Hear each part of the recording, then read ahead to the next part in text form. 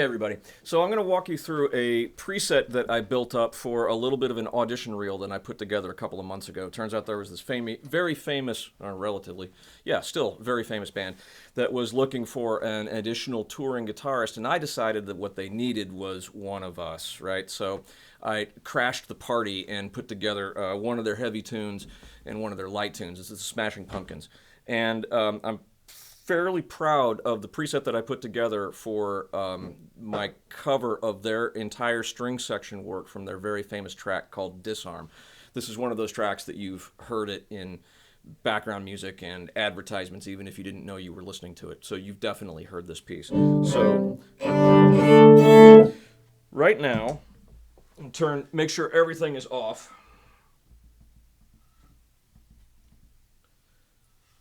The thing is, you guys are hearing this in mono. The patch was made in stereo, so it's going to be a little collapsed what you're hearing. Yeah. Oh, you know what I really ought to do? Turn off the impulse responses too.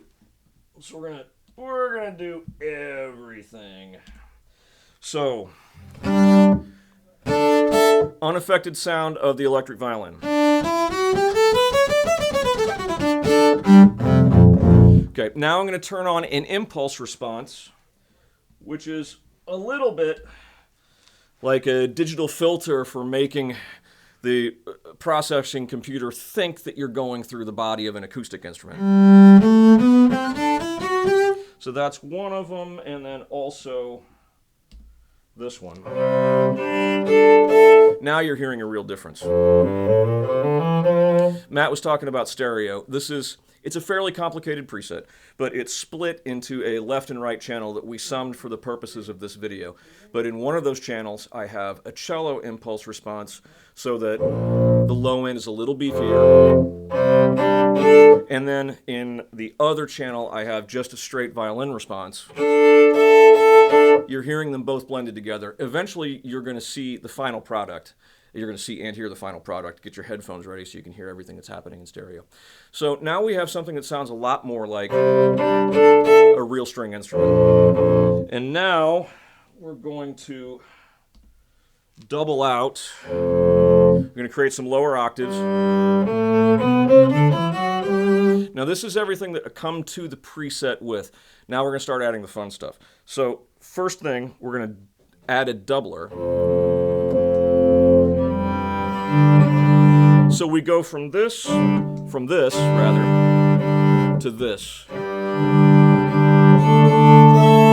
And it's important to understand that this is going to be a collection of relatively subtle effects. We're stacking things on. There are a couple of reasons for that.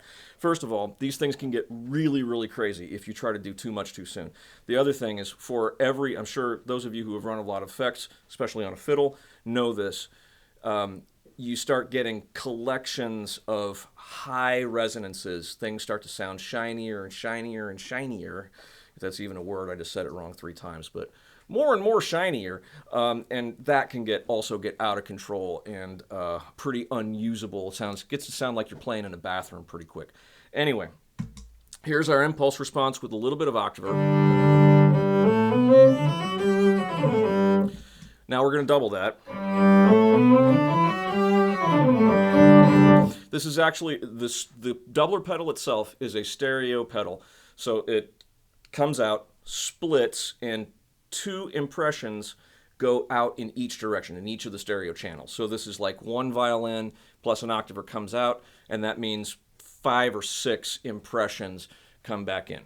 And you'll see all this stuff layered in the video. We'll show you the finished product, the thing that I actually sent to the Smashing Pumpkins. If any of you know Billy Corgan. Anyway. So then I add a little bit of chorus. We go from this to this. Again, collectively, it's subtle. Without. With. A little rounder, there's a little bit more going on.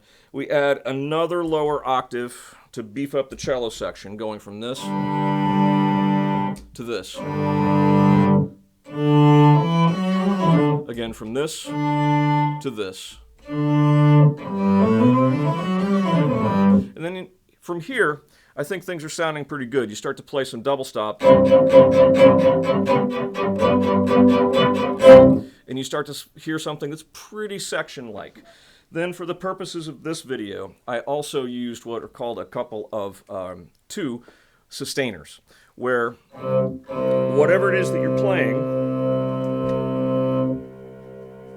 you press and hold and it sustains whatever it was that you were just doing. I have one of these, two of them on the pedal board. One of them is for each channel. So I have the cello side and the violin side. In a minute, you'll hear, when you hear the whole thing, you'll hear them split out in stereo. But because I have them both next to each other on the pedal board, I can have one voice sustaining, and then the other voice can move. And then when I get someplace where I want the other voice to sit, I sustain the upper voice, and now I can move the lower voice. Because they're right next to each other on the pedal board, I can hit them both at the same time, which will simultaneously stop the one and start the other holding. So right now we're holding fiddles. Now I'm going to stop the cello line and then move the violin line.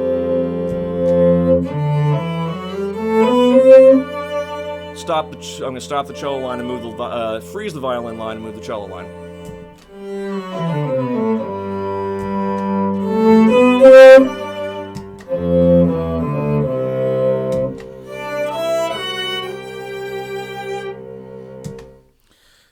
So you put all of this together, combined with some stereo splits and a really good post-engineer. And if we feel like it, if any of you are interested, I have a screenshot of the Fab Filter EQ that an engineer that I know in Chicago who worked with the Pumpkins a long time ago when he was in his intern phase. I sent it to him. He added some stuff on each channel, added some stuff over the whole. And I think it came out pretty well. It would work even better if we were using like eventide harmonizers for the upper range, and maybe the bass 9, the EH bass 9 for the lower range. That would be even better. And then also Game Changer. Game Changer audio makes I mean, you heard, especially when I hold that violin line, it's kind of thin, it's kind of trebly and tweaky a little bit. The Game Changer sustain pedals work even better. And so if we used eventide harmonizers, Game Changer sustainers, I think you'd have a real thing. But I'm doing this here live. I have the presets from my engineer on how I could EQ it and make it sound better. This is achievable live. Anything from, and as Matt said, we have options, and it's great that you can have a pop string section with just this one box, which is like a $130 box. Another thing about this, I think this is the first ever mass-produced effect specifically for electric bowed string instruments. And really, it's an acoustic guitar processor, but they have a half a dozen, 5 or 6 presets for electric cellos and fiddles, and they also have a half a dozen presets for like trumpets and saxophones and that kind of thing. But between the Zoom and the String 9 and tips and tricks like this, I think it's pretty impressive what we can do now. You want to play that vid? Yeah, man. Cool. So here comes the real thing.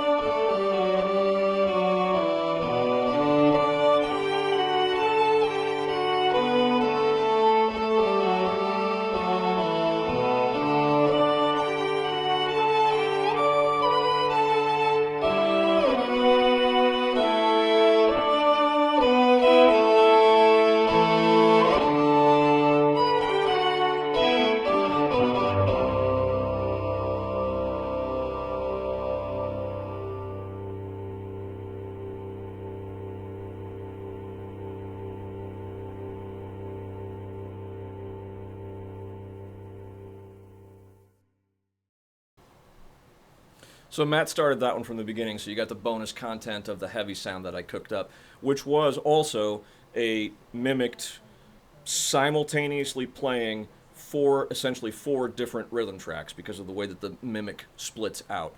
And that was into the helix with two separate, different, complementary, hopefully, Marshall and cabinet paths with the model of the fuzz, the particular fuzz box that the Smashing Pumpkins are famous for using. So that was the heavy stuff at the beginning, and then the live. That was all one pass, folks. Between the doubler and the other gadgets, that is one person playing one thing at one time, and then it goes to the mixer. So you add, as my engineer did, Brian Clavey is the engineer, sound engineer who handled that, and my very dear friend who's also a great fiddle player, Dave Belden. Oh, there's my EQ curves. Well, Brian's EQ curves. But that's what he had to do, and it's color coded. One of the lines is for the left channel, the other is for another color for the right channel, and then I think the yellow is for everything. So there you can see in a couple of spots he had to build some things up and then tear them back down in the whole. But that guy knows what he's doing. And my buddy Dave Belden handled all the video. But it's one person with some gadgets and with an engineer on the back end knowing what they're doing with reverb and global EQ, we can make something that sounds pretty cool. I've been doing string section stuff for, probably 20 years, using harmonizers, and the one that I had used a lot was, it is a Boss PS2, I think, harmonizer, and it's got two splits, and I just put them both up an octave, which automatically detunes them a little bit. So you've got your dry signal coming through, and then both parts up an octave and detuned a little bit. There is some latency on that pedal, which is great because it adds in that delay for you. It wasn't trying to, but it did. And then I'll generally... It's kind of like the people in the back of the first violin section who aren't quite in time with the concertmaster, which is right. that's not a slam. That's part of the deal. That's part of why string sections sound so big. Yeah. Well, and also they're further back. So even if they are perfectly in time, it takes their sound time to get to you. So that pedal, along with a little bit of delay and reverb with, basically no pre-delay on it. So it's sort of very, very washy reverb. It sounds probably isolated. You wouldn't think, oh my goodness, that's a whole string section. But in a mix with a band, it's very convincing. It's like, oh, yeah, that's definitely a string section part and not just one violin. A lot of those string lines, they're kind of awkward if you just play it one string by yourself. It's like, oh, that's not what it's supposed to sound like. Once you add in the doubling and the octaving and the delays and the splits and all those sorts of things, the choruses, it's like, oh, yeah, that's definitely a string section sound. What I had not done, which Chuck kind of raised the bar on that, was using a freeze pedal to be able to play two different parts and create the pedal tone, and then that you're going to play the moving violin part. Then you create a hang tone, I guess you'd call it, Yeah, and then good. you're going to play underneath it, and then you can sort of switch back and forth between those parts almost in a canon style thing. That is the thing I had not messed with, is the freeze pedal, but that kind of changes everything. Instead of just saying, well, I got to pick which line is most important and chase that one, it allows you to sound like there are more of you playing than there are. And it's not just, it sounds like more than one person playing this one part. There are multiple parts happening at once with only one player. You probably noticed that the violin line had a little bit of an octave down to it, so that's kind of the second violin section. In fact, in this preset, I had enough computer brain power left to be able to split that signal and run it through two different chorus modules with slightly different settings. So the lower octave has a slightly slower, as the lower you get, the slower you want to do your vibrato. So that's the second violin section. The upper chorus for the first violin has a bit of a faster thing going on, and there are also more voices in that particular chorus module. So the violin line had a second violin line an octave lower, and the cello line had a viola line like an octave above it. when a little bit of the same principle. Another thing, think about performing forces in a typical strings section. Don't go too crazy, especially on the bottom end, because it'll start to wash everything out. So typical chamber string section, you're going to have 5 or 6 first violins, you're going to have 4 or 5 seconds, 3, sometimes 4 violas, 3 cellos, maybe a bass. And usually it'll just be 1 bass. So because the resonances per instrument get bigger as you descend, the number of voices that you need drops. And also think about the context that you're doing this in. If you're playing this with a rock band who has a guitar player and a piano player and a bass player, those lower frequencies are kind of occupied. Like you don't get those. You're not allowed to have those. There are other people already there. So as rich as it sounds when you've got this thing at home by yourself, to put all those lower octaves in there, you got to be a little easy on those, because the engineer is going to be like, bro, you're stomping all over everything else, and they're going to have to carve up your sound, which defeats the whole purpose of you spending all that time on it. Your engineer is definitely going to want to know that this is coming. If you're playing with anybody else. If it's just you, okay, fine. But you should still get there early and tune the room so that your high resonances don't build up and get shrieky, and your low resonances don't build up and get all muddy. But if you're playing with other people, or if there's an engineer anywhere near the room, let them know this is happening. Yeah, and if you get to run in stereo, which some of us do most of the time, and you're splitting things out, definitely let them know, hey, I'm coming through 2 channels. You're going to have to hard pan them. And then there's going to be some kind of stereo stuff coming, so be ready for that. There are in the Helix and in a bunch of other effects pedals, there are vibrato blocks that you can add vibrato to your sound. You're like, dude, I spent years learning how to play vibrato so that I wouldn't have to add that effect. Mm-hmm. But if you're splitting your sound out into 3 or 4 tracks using a doubler or whatever, you can put a different vibrato on each one of those, and that's going to help that kind of spread out a little bit too. And then you just play without any. You let the machine do the vibrato, because it's going to have 4 different vibratos on those 4 different paths that are going through, and it's going to make it sound a little more authentic. That's the thing that you can't really do here, because we can only do 1 vibrato at a time, right? So, yeah, even if you have it split out like I could, maybe I could use my vibrato. I started out as a fiddle player, so my fiddle vibrato on my violin line, and then when I'm moving the cello line, maybe I make sure to keep my hand still and let the internal block handle the cello vibrato. Be a nice division of labor that way. And also think about the fact that string sections are often in a hall. They're often recorded in a hall. When you hear a string section on a recording, it's generally got a bunch of reverb on it. So if you're doing this, that's one way to trick the listener into thinking that there's a string section. It also pushes it back a little bit in the mix, so that the string section sounds like it's behind the band, which is physically where they would generally put a string section if you're putting a string section with a rock band. I'm sure those of you who didn't just join us and who saw the video noticed how much thicker and fuller and rounder everything got when we went to the actual finished video. There's no reverb in this preset because the engineer handles it. There's no global EQ in this preset because the engineer handled it. That's the real difference. And the stereo splits, which we couldn't do for you today because of the way that this broadcast rig is set up. So the panning, the back end global EQ, and that reverb that was added in post, that's the big difference that you heard between the preset and the finished video. So yeah, you almost can't do too much reverb and delay on one of these, because you're going to be pushed way back in the mix anyway. Mm-hmm. But yeah, the key is, if you want to make one of these sounds yourself, we've kind of given you the tools to do that. If you just want to press the easy button, and listen, there's no shame in that. If you want to just press the easy button, the A1X or the S9, they're a little different, but they're both good. Chuck owns both of them. Yeah. And, each one is good for what they're good for.